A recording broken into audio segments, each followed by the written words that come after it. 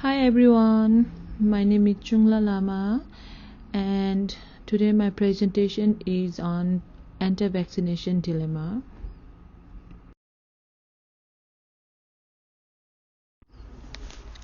Vaccination, as we all know, vaccination these days, especially when COVID first arose, was one of the main topic that everyone was talking about. I would like to talk about the history of vaccine before I proceed to my presentation. It is said that vaccination began with the history of infectious diseases and with the early use of the smallpox. The first smallpox inoculation existed in early 1000 CE, which was practiced first in China and then to the Turkey and to Europe and America. In the middle of the 20th century, it was one of the most active time for vaccine research and development.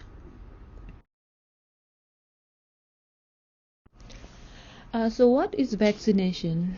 Vaccination is the process to protect our body against serious diseases. It teaches our body to recognize and defend against harmful germs. When the germ invades our body detects it as a foreign. Then our immune system fights off the germs and will remember it so that it can invade against the germs even if it attacks again.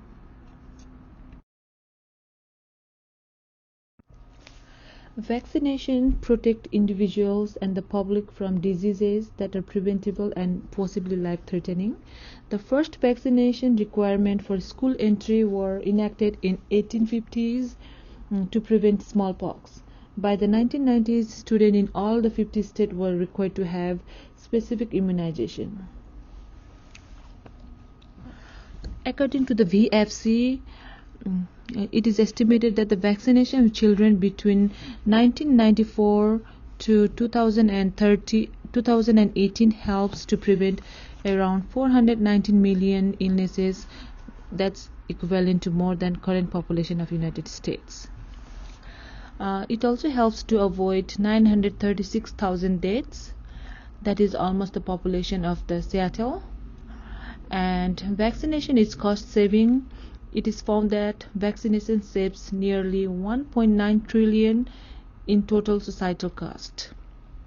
According to the CDC, the vaccination given to children between 1994 and 2013 may have saved 732,000 lives and prevented 322 million illness and 21 million hospitalizations. In this diagram that I took it from the article written by Stanley Plotkin, we can see the history of vaccine development.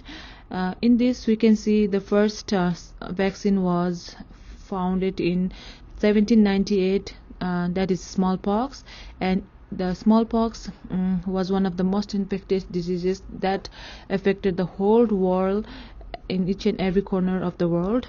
And then there is typhoid, cholera, plague, tetanus, tuberculosis, influenza, polio, mumps, anthrax, pneumococcal, polysaccharide, hepatitis B, and we have some other new ones such as Hep B, cholera, varicella zoster virus, that's for chickenpox. We had a Lyme disease, pneumococcal disease, meningococcal disease, and there was a Japanese encephalitis in 2009 and human papillovirus infections.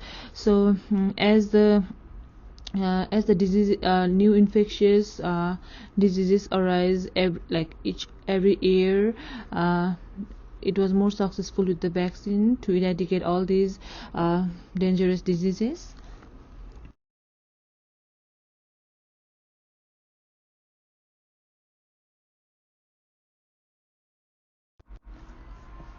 Despite of so many health benefits from the vaccine, we still see there are some group of populations who are completely against vaccination. So when talking about the anti-vaccination history, anti-vaccine movement began in France in 1763. The Anti-Vaccine Society of America was founded in 1879. They campaigned for personal freedom against mandatory smallpox vaccine. There can be many reasons behind people refusing to vaccine, such as lack of trust to the healthcare, doctors. Some accuses politicians and pharmaceutical companies and think it's a conspiration or a conspiration theory, and the unofficial news from the unofficial sources in social media such as Facebook, Instagram are causing more rumors against the vaccination.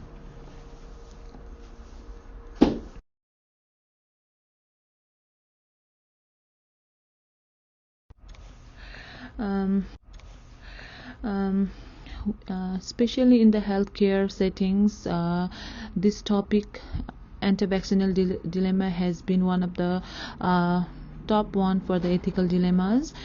As a healthcare worker or a student nurse myself, I believe that it's very hard to choose between patient's autonomy and non-maleficence. There's a dilemma between ethical principles such as autonomy, beneficence, non-maleficence, justice, and best interest standard. However, we all know the patient is our first priority, and patient's right to patient decision, right to refusal must be respected. But when thinking from the other side, do not harm concept do not harm concept. So by refusing the vaccine, the patients have right to refuse the vaccine, but will the other patient be benefited by that? And again, when you think that the patient is wrong, but then he has a right to refuse and tell that, and it's wrong for us to tell that his belief is wrong. So it's really one of the confusing subject, one of the ethical dilemma subject that a nurse has to face. But however, we all have to respect our patient's decision, and no matter what, we have to try to educate them. And if a patient says no to vaccination, there are things that a nurse can do from their side, such as assist their patients, understanding about vaccination, tell them about the adverse side effects of the vaccinations, be there for them and always speak the truth. Do not hide any information about the vaccinations. If they are scared, ask them what are causing them the fear. Has anyone in the family or has the patient ever experienced any adverse effect? Okay, and always listen carefully to the patient and respectfully, and assist in comparing the risk of vaccination and risk of being unimmunized.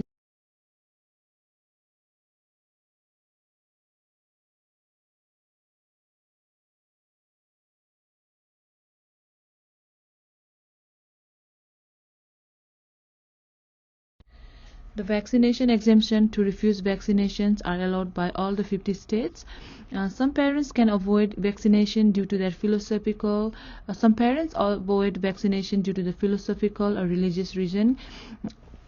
So we should, as a nurse, it's always important to educate and clear the misinformation and share the evidence-based practices in favor of vaccinations. According to the ANA 2019, the ANA do not support exemption due to religious reasons in order to protect the public health unless there is a medical contraindications.